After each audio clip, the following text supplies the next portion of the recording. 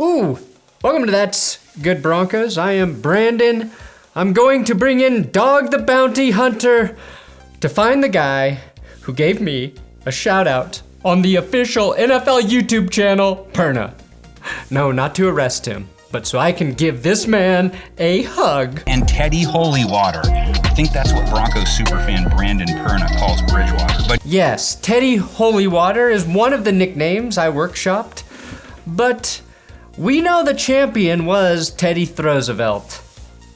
Shirts available with the link below. Today, we're looking at the matchup between the 3-0 Broncos, that's some wishful thinking, and the 2-1 Ravens, a team that could easily be 3-0 or 1-2. Now this is officially the first Broncos game of the season that may require 2 pairs of underwear while I watch. No, 4 pairs. 2 for me, 2 for Lamar. Ravens, Broncos, let's take a look. Let's get Broncos.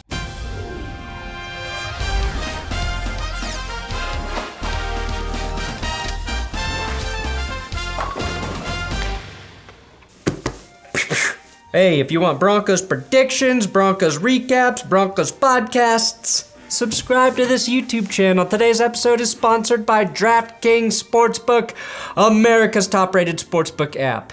Now, it's been a great start to the NFL season, and it's only getting better at Draftking Sportsbook, which is an official sports betting partner of the NFL. DraftKings is kicking off another week of action by giving all new customers a can't-miss offer. Bet just $1 on any football game this week and receive $150 in free bets instantly, no matter what, when you use code DNVR. DNVR to sign up.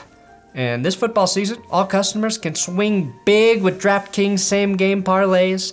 Same-game parlays allow you to combine multiple bets for a bigger payout. This week, place a same-game parlay on any NFL game and you will be credited up to $25 if your bet loses. So download the DraftKings Sportsbook app now, use code DNVR, and that's it. That's it.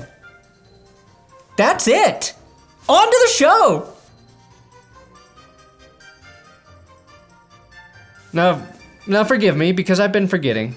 And maybe it's because the Broncos didn't have a home game until week 3, but I've been forgetting about the half point for home field advantage, which the Broncos need in this episode. And it's not noise that's really going to be a factor when you have a quarterback like Lamar Jackson who can improvise any play and torch you. My hope it's the thin air that slows Lamar Jackson down. Lamar has never faced the Broncos, nor played at altitude, so maybe there's something to this. Vic Fangio versus John Harbaugh, not Jim. Remember, during the 2018 season, when the Ravens and John Harbaugh were on the verge of splitting up after 11 years, when people were speculating that he might come to Denver?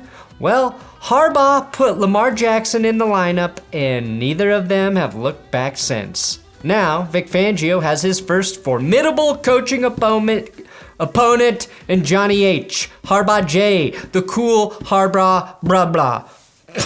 I fucked that up, didn't I? Now, Vic was actually Jim Harbaugh's defensive coordinator in San Francisco when those teams were great.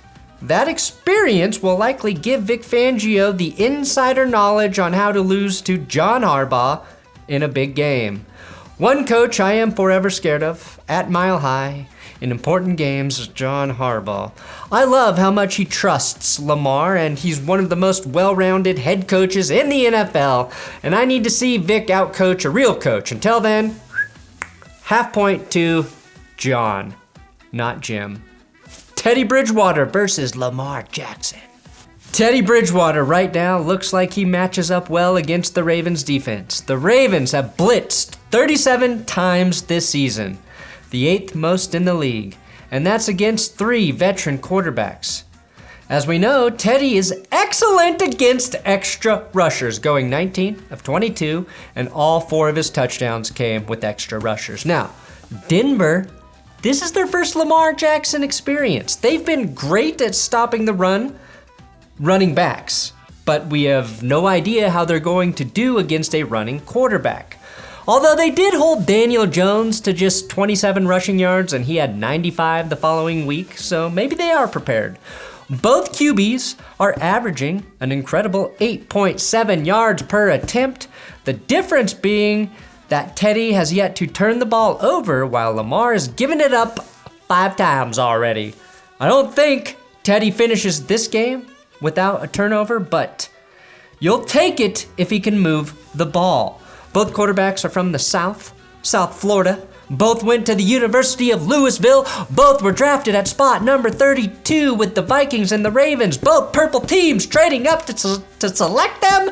And both have a shit ton of cool nicknames. Teddy Roosevelt, Action Jackson, Teddy Two Gloves, L Freaky, Steady Teddy, LaMarvelous Mr. Ankle Breaker. You're welcome, Ravens fans. Teddy Tripod, and of course, Smiley face? Smiley face? That's what shows up if you Google Lamar Jackson's nicknames. Isn't that a 21 Pilots song? That said, I don't think 21 Pilots could teach Lamar how to fly at a mile high. He's going to have to rely on the pass game to beat the Broncos, which may be tough if Hollywood Brown keeps dropping all of his fucking passes. If I were judging these quarterbacks solely on this season, I'd say it's even. But with a little more context, I'm gonna give Lamar Jackson a half-point advantage, which, damn, that's actually a lot less than I would have expected a month ago. Broncos offense versus Ravens defense. The story for the Ravens, even before the season started, has been injuries. I'm not even talking about all of the running backs on IR, the Edgars, the Allens, or the Poes. I'm talking about their defense. Marcus Peters tore his ACL one play before Gus Edwards before the season started. Peters isn't a perfect corner, but he's a playmaker and a ball hawk. Then week 1, the Ravens lost another corner, Chris Westry, to a torn meniscus. So they've been playing Anthony Averett, who actually did a great job covering Tyreek Hill week 2, helping hold Hill to just 14 yards, and Tavon Young, who after a rough start played a little bit better each week.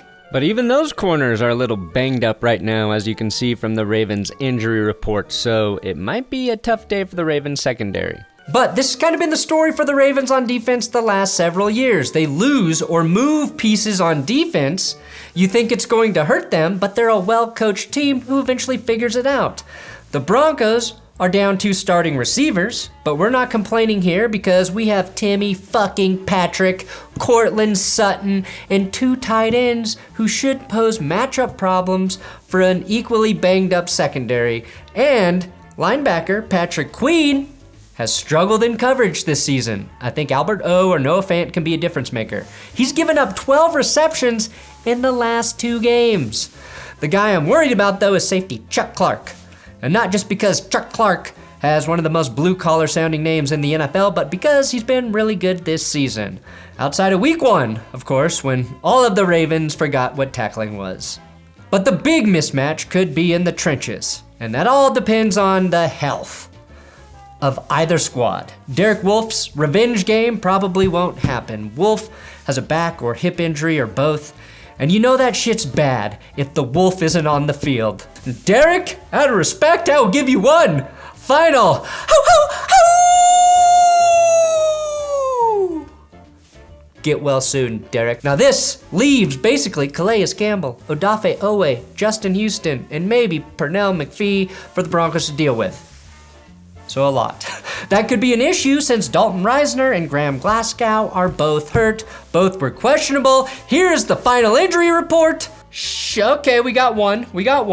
A guy I'm eyeing, Melvin Gordon, because he currently owns the 3rd fastest speed reached this season per next gen stats at 21.52 miles per hour. The last 2 games have been tough for both backs, but Gordon does have 2 rushing touchdowns this season, and the Ravens are 3rd worst against the run right now, allowing 944 ground yards and 5 touchdowns. Basically, the Ravens are trying to get these games over with as quickly as possible, running the ball and letting their opponents run. I think Gordon hits the end zone again this week and has his best game of the season. And even though Denver hasn't gashed opponents, they're still averaging like 127 rushing yards per game. They lead the league in time of possession, just ahead of the Raiders and Panthers with 36 0.35 minutes per game. That's a key stat because the team that is possessed by Satan for the longest almost always wins. Half point for the Broncos. Broncos defense versus Ravens offense. One of the biggest matchups this game will have to offer is Patrick Surtain and the Broncos linebackers against the Ravens tight end, Mark Andrews. The Broncos have been pretty stout against tight ends, but I dare you to name a single tight end the Broncos have played in their 3 games. Is the answer Kyle Rudolph? Because that's all I remember. Other than him, it was the Jet guy and the Jaguar guy, and they did nothing. Mark Andrews, compared to those guys, is just in another stratosphere. He's hard to cover. So maybe it's Patrick Surtain on him, or maybe it's the duty of Caden Stearns to cover Andrews, which would be the biggest test of his career as a Bronco. Don't know, but they gotta cover him. To no one's surprise, the Ravens are the top rushing team in the league. The Broncos are second best at stopping the run. Von Miller just won AFC Defensive Player of the Month, tying both Peyton Manning and Terrell Davis for the most of those conference awards in Broncos team history. And it's not just Von making that run defense a nightmare for opposing offenses. Draymond Jones has been the real beast on the interior. He currently has the best PFF grade for run defense, higher than even Cam Hayward and Leonard Williams. Shelby Harris also top 10 there. And the reason Lamar Jackson only has one career 300-yard passing game, like this silly NFL on CBS tweet pointed out, is because he's the only quarterback in the NFL, outside of maybe Kyler Murray right now, who can destroy you just by running. He can make grown men look like my daughter 2 days ago.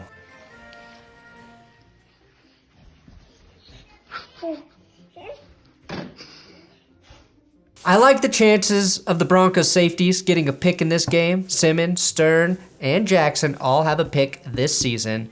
If Steve Atwater was the smiling assassin, then Kareem Jackson is the silent assassin. He's been near perfect this season, and he could have a big game. To me, this is dead even. Dead even, no points. Don't even try it, points. X Factors, what are they gonna be? Tim Patrick was cut by the Ravens in 2017, and in the best start to his career, I think Patrick could go off against a defense that struggled against the pass this year, currently 27th in terms of net yards per attempt. Pro Football Focus says Tim Patrick hasn't dropped a pass since 2019, which is crazy, considering Hollywood Brown hasn't gone 2019 seconds between drops. That's 33.6 minutes, by the way. So that's actually that's actually quite generous. Another X factor, could Justin Tucker hit a 67-yard field goal at Mile High? Probably. Probably only if the play clock already expired, which has been an issue at Mile High. No flashbacks, no flashbacks. More importantly, how will he perform now that he has the pressure of the MVP honors to live up to? Final X factor, Brett Rippon. The Broncos promoted him off the practice squad because the Browns or Texans or Seahawks were interested in him. The Browns make a lot of sense as they will play the Broncos soon, and that would have been a great way to get a beat on the team. Sign the guy who is helping Drew Lock learn the playbook. I don't know why that's an X factor in this game. So the points show a dead heat. A dead heat. First of the season, but I'm gonna go with the Denver Bronco win. They continue the streak. It's gonna be close, 23-20 for the Broncos, and it's gonna end on a game-winning field goal by the real Gooch Master, Brandon McManus. Boom! Thanks for watching That's Good Broncos. Please subscribe here on YouTube. Just subscribe. What else do you want me to say? It's the end of the video. Jesus.